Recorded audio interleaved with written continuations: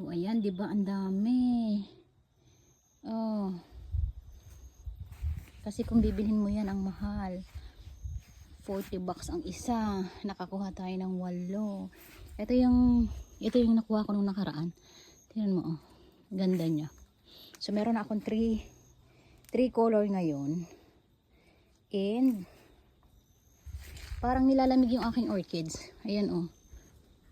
Papasok ko siguro kasi parang nilamig siya.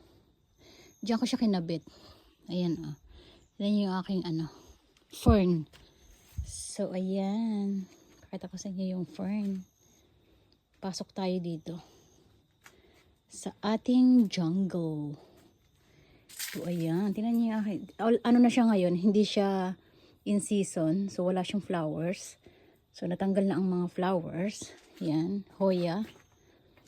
So mayroon tayo dito mga cactus, Christmas cactus. Ayan.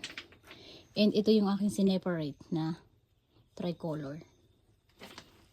Ayan, tingnan nyo naman dito, oh. Meron tayong rubber plants. Healthy. And, ayan. Itong mga tulibre to. Inano ko lang siya. Aking sinurvive. Pero kailangan natin siyang diligan nga wari ko. Kasi dry. Ayan, ang cute niya nasa taas, diba? Ito matagal na sa akin to. Ayan, marami pa dun sa loob. And ito. Tingnan nyo naman, ang cute na ito. Ito, inabenta ko tong aking malaking albo. Monstera. Malaki. Ito yung aking bagong nakuha nung nakaraan. Nabili ko lang siya, mura lang. Uy, nahulog. Parang may nahulog. Nahulog ang ating monstera. Wait lang. Agoy. Tingnan nyo, nahulog. Tingnan nyo kung gaano kataba, oh. Ang ganda, diba? Diba ang lapad ng dahon. Ayan, punong-puno na dito sa aking garden, oh. Ayan. Nandun sa ilalim, marami pa din. And ito yung ating mga spider plants. Tapo na. Ay, parang nasira ang ito. Tignan mo siya, ang ganda na ito. Kakaiba siya.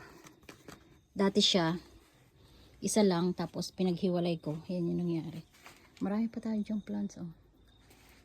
Yung ating mga orchids andun sa kabila, ayan. Didiligan lang natin. Ito ang ating mga huyas, ayan, sa gilid. So siguro ililipat ko siya ng pwesto kasi itong ating mga makukulay na mga ito, ayan, dun ko siya ilalagay sa hindi nadadagil doon. Ayan ang ating little jungle.